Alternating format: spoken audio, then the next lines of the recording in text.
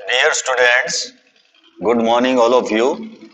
Ninth class में हमारा chapter चल रहा है पॉलिटिकल साइंस का कॉन्स्टिट्यूशनल डिजाइन, संविधान का निर्माण। In previous class we have seen the topic democratic constitution in South Africa and struggle against apartheid.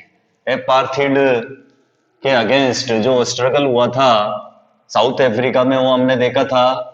इसके अलावा डेमोक्रेटिक कॉन्स्टिट्यूशंस का फॉर्मेशन किस प्रकार साउथ अफ्रीका में हुआ था वो भी हमने देखा था। आज की क्लास में जो हमारे टॉपिक है, why do we need a constitution, constitutions की हमें जरूरत क्यों होती है। एंड नेक्स्ट जो टॉपिक है, making of the Indian constitution. फिर हम इंडियन कॉन्स्टिट्यूशन की तरफ बढ़ेंगे कि इंडियन कॉन्स्टिट्यूशंस का निर्माण किस प्रकार होता है। तो पहले हम देखते हैं why do we need a constitution, constitutions की नीड हमको क्यों होती है। Why do we need a constitution, हमें संविधान की जरूरत क्यों है। The South African example is a good way to understand why we need a constitution। तो हमने साउथ अफ्रीका का उदाहरण देखा था, तो दक्षिण अफ्रीका के उदाहरण से हम इस बात को अच्छी प्रकार से अंडरस्टैंड कर सकते हैं कि एक कॉन्स्टिट्यूशंस की जरूरत हमको क्यों होती है। ये हम साउथ अफ्रीका के कॉन्स्टिट्यूशन से हम पता कर सकते हैं। And what do constitution do, और इसके अलावा संविधान क्या है, क्या करता है संविधान, वो भी हम इसमें देखेंगे। The oppressor and the oppressed, ओप्रेशर और ओप्रेस्ड दो अलग अलग चीजें हैं। ओप्रेशर का मतलब तो होता है ओप्रेशर करने वाला, दमन करने वाला, लोगों के ऊपर जुल्म करने वाला, ओप्रेशर। और ओप्रेस्ड, ओप्रेस्ड का मतलब है दमन सहन करने वाले, oppressor and oppressed. The oppressor and the oppressed in this new democracy were planning to live together as equals.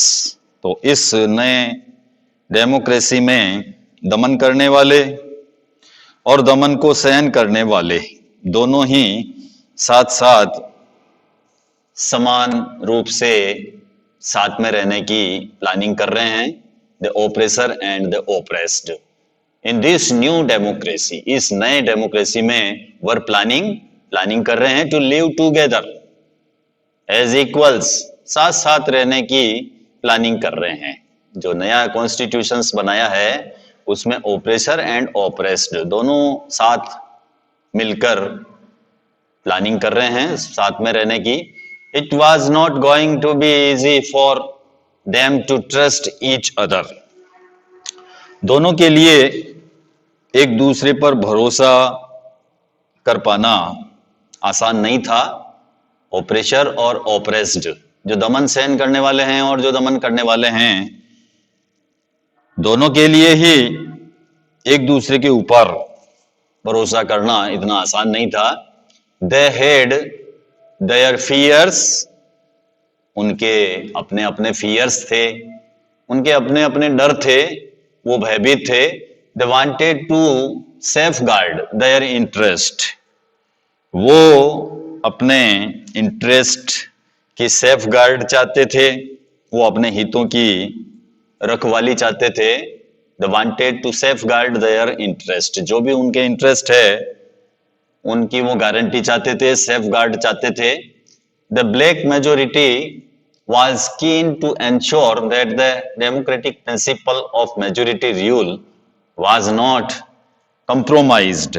तो जो मेजोरिटी वाले जो श्वेत है, ब्लैक्स है, जिनकी संख्या ज्यादा थी, मेजोरिटी में थे ब्लैक्स यानी अश्वेत, काले लोग जो मेजोरिटी में थे, इस बात पर अलर्ट थे, इस बात पर कीन थे वो कि लोकतंत्र में बहुमत के शासन वाले मूल सिद्धांत से कोई कंप्रोमाइज नहीं हो, कोई समझौता नहीं हो। जो डेमोक्रेटिक प्रिंसिपल है उनके साथ में कोई समझौता नहीं किया जाए। यानी उनको समान रूप से लागू किया जाए सबके लिए, उसके साथ में कोई कंप्रोमाइज नहीं किया जाए। इसके अलावा the wanted substantial social and economic rights, और उन्हें बहुत सारे सोशल और इकोनॉमिक राइट्स चाहिए थे।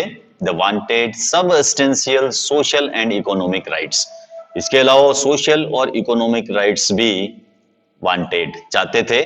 The white minority was keen to protect its privilege and property, जबकि जो माइनॉरिटी में थे वाइट्स, गोरे लोग, वो क्या चाहते थे, वो उनको किस बात की चिंता थी, उनको इस बात की चिंता थी कि उनकी जो संपत्ति है और जो विशेष अधिकार है वो बने रहने चाहिए।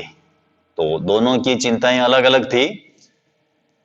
ब्लैक्स क्या चाहते थे, सोशल एंड इकोनॉमिक राइट्स चाहते थे। व्हाइट्स क्या चाहते थे, व्हाइट्स ये चाहते थे कि उनको जो प्रिविलेज मिले हुए हैं, उनकी जो प्रॉपर्टी है वो प्रोटेक्ट हो, सुरक्षित रहे, ये चाहते थे। यानी दोनों ब्लैक्स एंड जो व्हाइट्स थे, उनके जो इंटरेस्ट थे वो दोनों अलग अलग थे।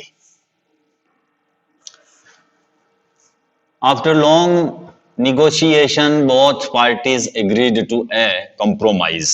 लंबे समय तक चली बातचीत के बाद में, निगोशिएशंस के बाद में, दोनों पक्ष समझौते का रास्ता अपनाने के लिए तैयार हो गए। आफ्टर लॉन्ग निगोटिएशंस, लंबी बातचीत के बाद में। बोथ पार्टीज कौन सी है यहाँ पर, एक तो व्हाइट पीपल जिनको हम ब्रिटिश कहते हैं, गोरे लोग कहते हैं, एंड ब्लैक्स श्वेत। दक्षिण अफ्रीका में जो काले पीपल थे, काले लोग थे, उनको ब्लैक्स कहा जाता था। व्हाइट्स जो ब्रिटिश थे उनको कहा जाता था। तो दोनों पार्टीज जो थी वो एग्रीड हो गई टू कंप्रोमाइज। कंप्रोमाइज के लिए काफी लॉन्ग निगोटिएशंस के बाद में वो एग्री हो गई। The whites agreed to the principle of majority rule and that of one person one vote. तो गोरे लोग बहुमत के शासन का सिद्धांत और एक व्यक्ति और एक वोट को उन्होंने स्वीकार कर लिया। जो माइनॉरिटी में थे व्हाइट पीपल, उन्होंने एक तो प्रिंसिपल ऑफ मेजोरिटी रूल को मान लिया, और एक वन पर्सन वन वोट, एक व्यक्ति एक वोट, उसको मान लिया गया। They also agreed to accept some basic rights for the poor and the workers. और इसके अलावा जो पुअर और वर्कर्स थे, उनके जो बेसिक राइट्स थे, उनको भी उन्होंने एक्सेप्ट कर लिया।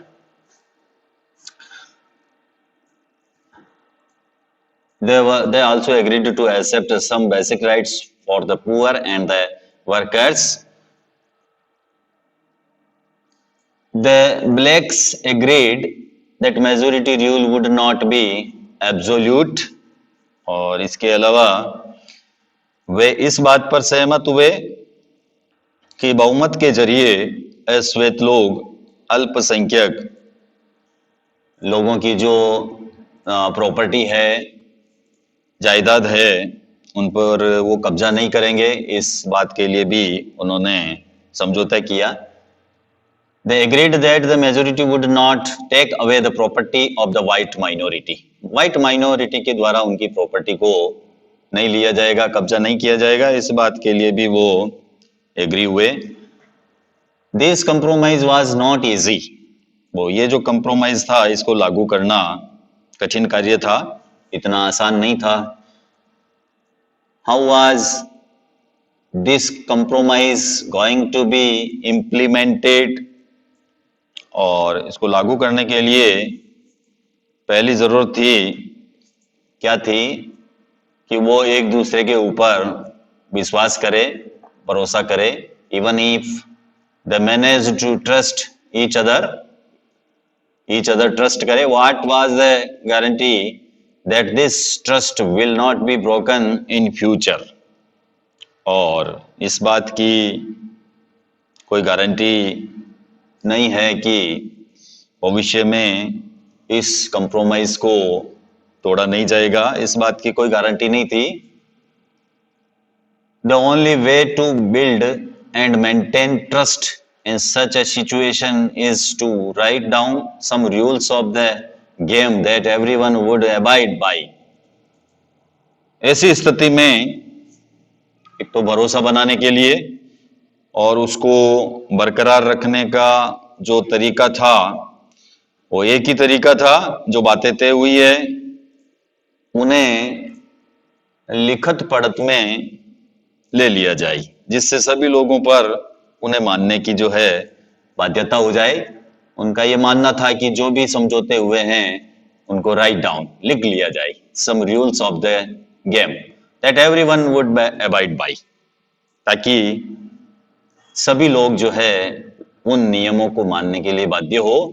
तो उन्होंने ऐसा एक निर्णय किया कि जो भी नियम बनाए जा रहे हैं उनको लिख लिया जाए। These rules lay down how the rulers are to be chosen in future. भविष्य में रूलर्स का चुनाव कैसे होगा इसके बारे में नियम तय होकर लिखित रूप में आ जाते हैं कि किस प्रकार जो है रूलर्स को चुना जाएगा, इलेक्टेड किया जाएगा, उसको भी lay down. These rulers also determine what the elected governments are empowered to do and what they cannot do. चुनी हुई सरकार क्या क्या कर सकती है और क्या क्या नहीं कर सकती है, ये भी लिखित रूप में जो है मौजूद होता है। Finally, these rules decide the rights of the citizens. और इन्हीं लिखित नियमों में सिटीजन्स के अधिकार भी होते हैं। जो लिखित नियम बनाते हैं उनमें सिटीजन्स के जो राइट है वो भी होते हैं।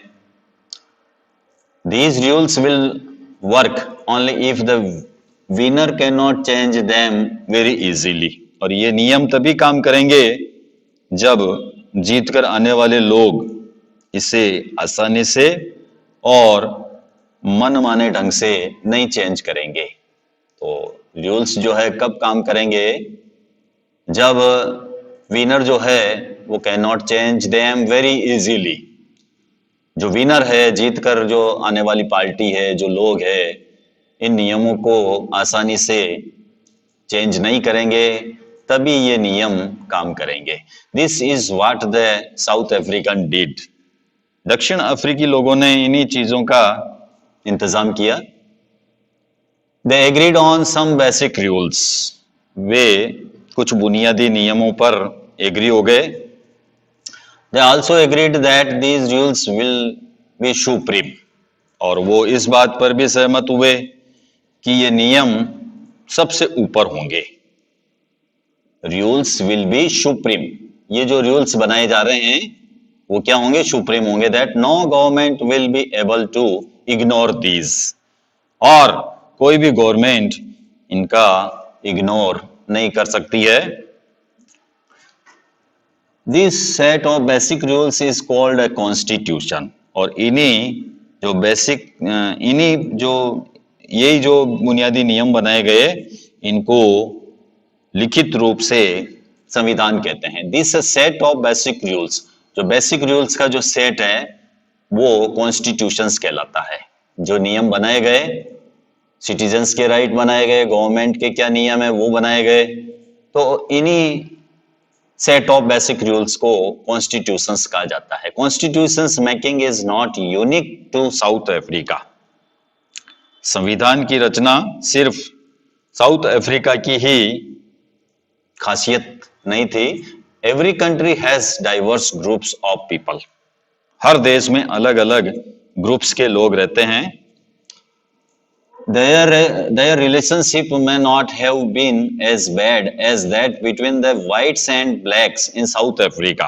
संभव है कि उनके रिश्ते दक्षिण अफ्रीका के जो व्हाइट से, जो ब्लैक से जितने कटुतापूर्ण नहीं हो सकता है ये। कि उनके जो रिश्ते हैं दूसरी कंट्री के जो पीपल है उनके जो रिश्ते हैं वो साउथ अफ्रीका में जो व्हाइट्स पीपल है ब्लैक्स पीपल है उनके जो रिलेशनशिप है उनके जो इंटरेस्ट है उनके जितने कटु नहीं हो, ये हो सकता है।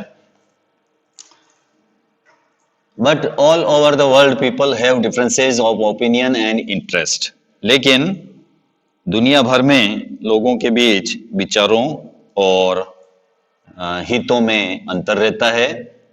लोगों के जो ओपिनियन होते हैं जो इंटरेस्ट होते हैं उनमें डिफरेंस पाया जाता है, उनके हित और जो विचार है वो अलग अलग होते हैं। Whether democratic or not, most countries in the world need to have these basic rules. तो लोकतांत्रिक शासन प्रणाली हो या नहीं हो, लेकिन दुनिया के सभी देशों को ऐसे बेसिक रूल्स की जरूरत होती है, चाहे वो डेमोक्रेटिक कंट्री हो या डेमोक्रेटिक कंट्री नहीं हो, लेकिन फिर भी इस प्रकार के जो बेसिक रूल्स होते हैं उनको भी जरूरत होती है। This applies not just to governments, ये बात केवल गवर्नमेंट पर ही लागू नहीं होती है। Any association needs to have its constitution, कोई भी एसोसिएशन हो कोई भी संगठन हो उनके कायदे कानून होते हैं, जरूरी नहीं गवर्नमेंट के ही कॉन्स्टिट्यूशन हो, कोई एसोसिएशन हो सकता है उसको भी कॉन्स्टिट्यूशन की जरूरत पड़ती है, यानी उसके भी नियम कायदे कानून होते हैं तभी वो एसोसिएशन चल पाता है। It could be A club in your area, अब क्या हो सकते हैं इस तरह आपका जो एरिया है आपका जो इलाका है उनका क्लब हो सकता है, एक कोऑपरेटिव सोसाइटी हो सकती है, और पॉलिटिकल पार्टीज, कोई पॉलिटिकल पार्टी हो सकती है। They all need a constitutions, इन सबको कॉन्स्टिट्यूशंस की जरूरत होती है। Thus, the constitution of a country is a set of written rules that are accepted by all people living together in a country. ये constitutions की definition है, यानी संविधान जो है वो लिखित नियमों की ऐसी किताब है जिसे किसी देश में रहने वाले सभी लोग सामूहिक रूप से मानते हैं। ये कॉन्स्टिट्यूशंस की डेफिनेशन है, आपको अंडरलाइन करना है। The constitution of a country is a set of written rules, ये क्या है?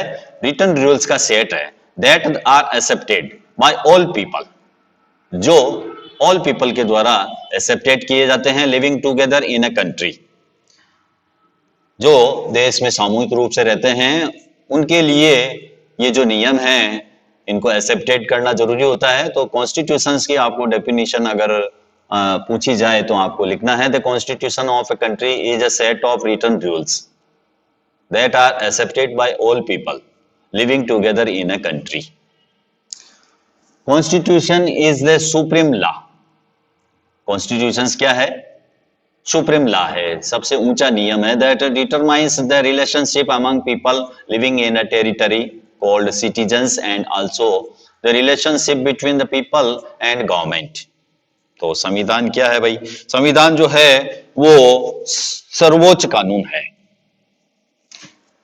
जिससे किसी क्षेत्र में रहने वाले लोगों, जिन्हें हम सिटीजन्स कहते हैं, किसी क्षेत्र में रहने वाले जो लोग हैं उनके बीच के आपसी संबंध तय होने के साथ साथ लोग और सरकार के बीच भी संबंध तय होते हैं कॉन्स्टिट्यूशंस के द्वारा।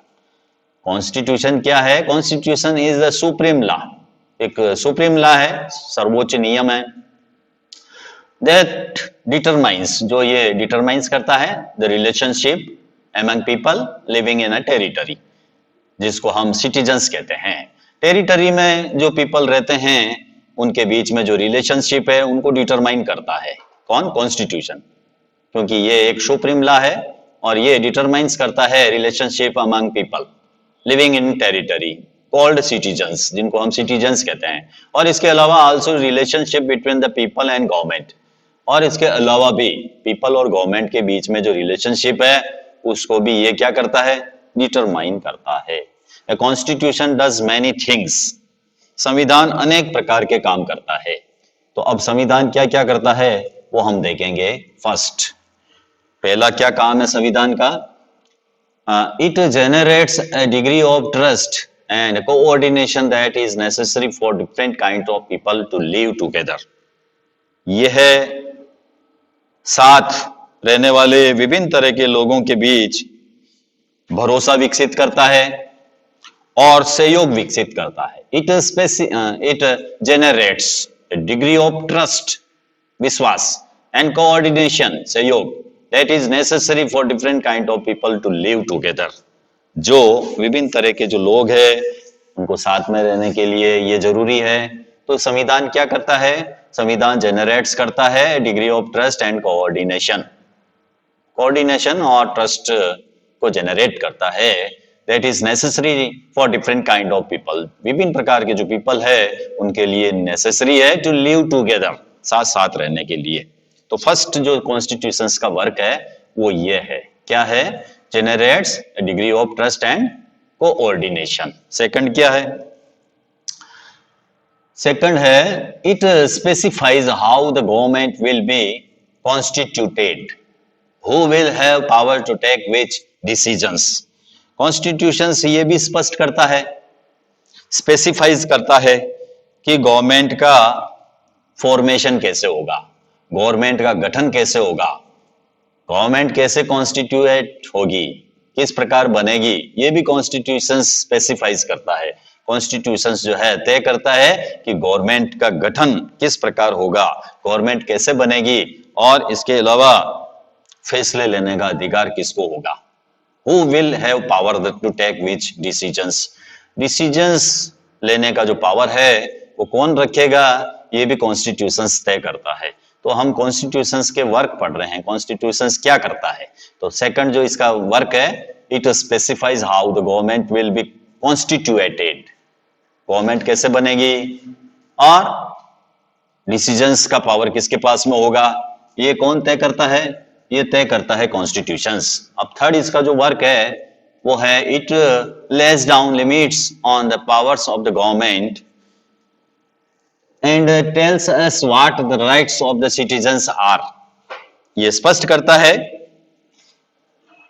कि सरकार के अधिकारों की सीमा क्या होगी, गवर्नमेंट्स के जो पावर्स है उसकी लिमिट्स क्या होगी, गवर्नमेंट्स किस प्रकार के कार्य कर सकेगी, किस प्रकार के कार्य नहीं कर सकेगी, उसकी जो वर्क करने की जो बाउंड्री है वो क्या होगी, लिमिट्स क्या होगी, ये तय करता है। एंड टेल्स अस, और हमको बताता है कि rights of the citizens are, citizens के राइट्स क्या है, नागरिकों के अधिकार क्या है, ये भी हमको कॉन्स्टिट्यूशंस बताता है। तो एक तो ये लिमिट्स तय करता है गवर्नमेंट के पावर की, और दूसरा हमको बताता है कि हमें क्या अधिकार मिले हुए हैं, यानी सिटीजंस के रूप में हमारे अधिकार क्या है, ये भी कॉन्स्टिट्यूशंस हमको बताता है। अब लास्ट जो इसका वर्क है, फोर्थ वर्क क्या है? It expresses the aspiration of the people about creating a good society. ये क्या करता है? ये अच्छे समाज के गठन के लिए लोगों की जो एस्पिरेशंस है उसको एक्सप्रेस करता है, व्यक्त करता है। पीपल की जो एस्पिरेशन है उसको क्या करता है? एक्सप्रेस करता है, व्यक्त करता है। किसके लिए? About creating a good society, अच्छे समाज के गठन के लिए। अच्छा समाज बने, अच्छे समाज का गठन हो, इसके लिए कॉन्स्टिट्यूशंस जो है वो लोगों की आकांक्षाओं को एक्सप्रेस करता है, अभिव्यक्त करता है, व्यक्त करता है। तो ये कॉन्स्टिट्यूशंस के 4 वर्क है, ये आपको लर्न करने हैं, एग्जाम में पूछे जा सकते हैं। कॉन्स्टिट्यूशंस क्या करता है? तो ये करता है, फर्स्ट तो generate degree trust and coordination, second specifies how the government will constitute, third है जो गवर्नमेंट्स के पावर है उनको उनकी लिमिट तय करता है, फोर्थ जो है वो लोगों की जो एस्पिरेशंस है उनको व्यक्त करता है ताकि अच्छा समाज बन सके। तो ये चारों वर्क आपको याद करने हैं। All countries that have constitutions are not necessarily democratic. जिन देशों में संविधान है वो सभी लोकतांत्रिक शासन वाले हो ये जरूरी नहीं है। यानी केवल कॉन्स्टिट्यूशंस हो, केवल कॉन्स्टिट्यूशंस हो और वो लोकतांत्रिक देश हो, ऐसा नहीं हो, ऐसा नहीं हो सकता है। ये जरूरी नहीं है कि जहां पर कॉन्स्टिट्यूशंस है वो देश लोकतांत्रिक है। हो सकता है कॉन्स्टिट्यूशंस तो हो लेकिन वो डेमोक्रेटिक नहीं हो सकते हैं, मनमाना शासन हो सकता है, मोनार्ची हो सकती है, राजशाही हो सकती है, मनमाने ढंग से गवर्नमेंट काम कर सकती है। यानी कॉन्स्टिट्यूशंस तो हो सकता है सभी देशों में, लेकिन वो देश डेमोक्रेटिक हो ये जरूरी नहीं है। But all countries that are democratic will have constitutions. लेकिन जिन देशों में लोकतांत्रिक शासन है वहां संविधान होना बहुत जरूरी है। यानी जो डेमोक्रेटिक कंट्रीज है वहां कॉन्स्टिट्यूशंस होना जरूरी है। लेकिन जिन दो देशों में कॉन्स्टिट्यूशंस है वहां डेमोक्रेटिक देश हो ये जरूरी नहीं है, लेकिन जो डेमोक्रेटिक कंट्रीज है वहां पर कॉन्स्टिट्यूशंस होना बहुत जरूरी है। यानी जो देश डेमोक्रेटिक कंट्री होगा वहां पर कॉन्स्टिट्यूशंस जरूर होगा। After the war of independence against Great Britain, Britain के खिलाफ आजादी की लड़ाई के बाद the Americans gave themselves as a constitution, अमेरिकी लोगों ने अपने लिए संविधान का निर्माण किया। आफ्टर द रिवॉल्यूशन के बाद में the French people approve a democratic constitution. इसी प्रकार फ्रांसीसी क्रांति के बाद फ्रांसीसी लोगों ने भी एक लोकतांत्रिक संविधान को मान्यता दी। Since then, it has become a practice in all democracies to have a written constitutions.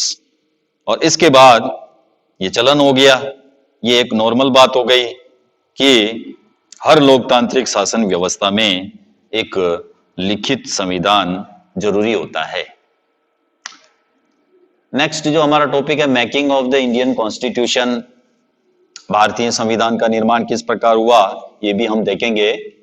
Indian ये तो हमने साउथ अफ्रीका का जो कॉन्स्टिट्यूशन था जिसका फॉर्मेशन हुआ था वो हमने देखा था।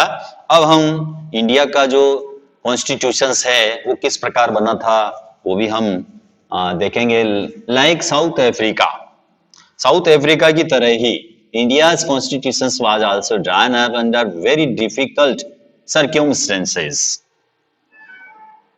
साउथ अफ्रीका की तरह ही भारत का संविधान भी बहुत ही कठिन परिस्थितियों में बना, डिफिकल्ट सर्कमस्टेंसेस में हमारा इंडियन कॉन्स्टिट्यूशंस बना। The making of the constitutions for a huge and diverse country like India was not an easy affair.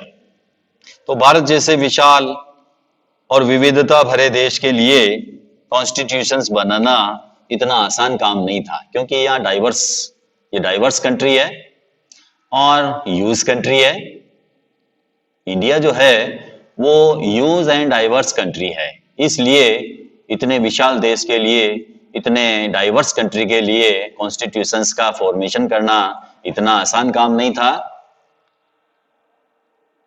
Eight that time the people of India were emerging from the status of subject to that of citizens. Bharat के लोग तब गुलाम की हैसियत से निकलकर citizens की हैसियत पाने जा रहे थे, इमर्जिंग हो रही थी, इमर्ज हो रहे थे from the status of subject to that of citizens. Citizens की हैसियत से उनका इमर्ज हो रहा था। पहले वो गुलाम थे एट दैट टाइम, उस समय the people of India were emerging from the status of subjects to that of citizens. जो गुलाम थे वो अब एक नागरिक की हैसियत से उनका इमर्ज हो रहा था। The country was born through a partition on the basis of religious differences. और देश ने धर्म के आधार पर जो बंटवारा हुआ था उसको भी झेला था। धर्म के आधार पर जो पार्टीशन हुआ था on the basis of religious differences, जो रिलीजियस डिफरेंसेस थी उसके आधार पर जो पार्टीशन हुआ था कंट्री का, वो भी बॉर्न हुआ था, उसको भी भारत ने सहा था। This was a traumatic experience for the people of India and Pakistan.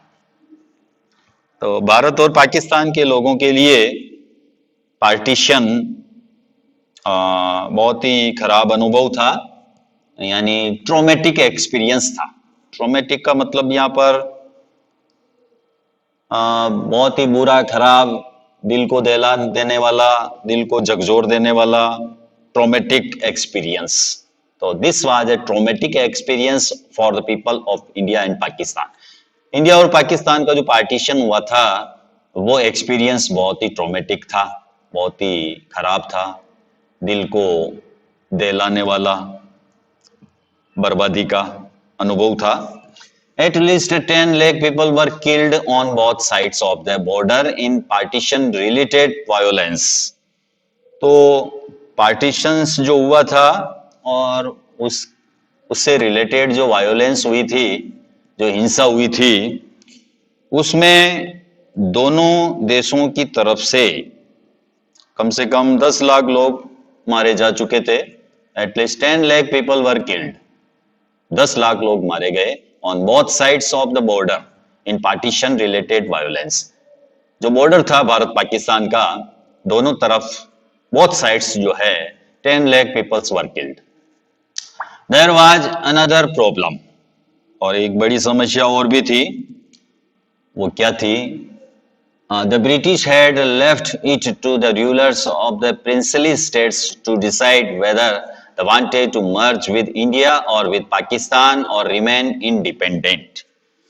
और इसके अलावा जो अदर प्रॉब्लम थी वो ये थी कि अंग्रेजों ने जो हमारी प्रिंसली स्टेट्स थे, देसी रियासतें थी, उनके रूलर्स को ये आज़ादी दे दी कि वो भारत या पाकिस्तान जिसमें इच्छा हो उसमें अपनी रियासत का विलय कर सकते हैं या फिर स्वतंत्र रह सकते थे। ये भी एक अनदर प्रॉब्लम थी। तो उस समय जो ब्रिटिश थे उन्होंने रूलर्स को लेफ्ट छोड़ दिया of the princely states of the decide whether they wanted to merge with India or with Pakistan remained independent। कि वो या तो इंडिया में मर्ज हो जाए या पाकिस्तान में मर्ज हो जाए या फिर इंडिपेंडेंट रहे, ये उनके ऊपर छोड़ दिया।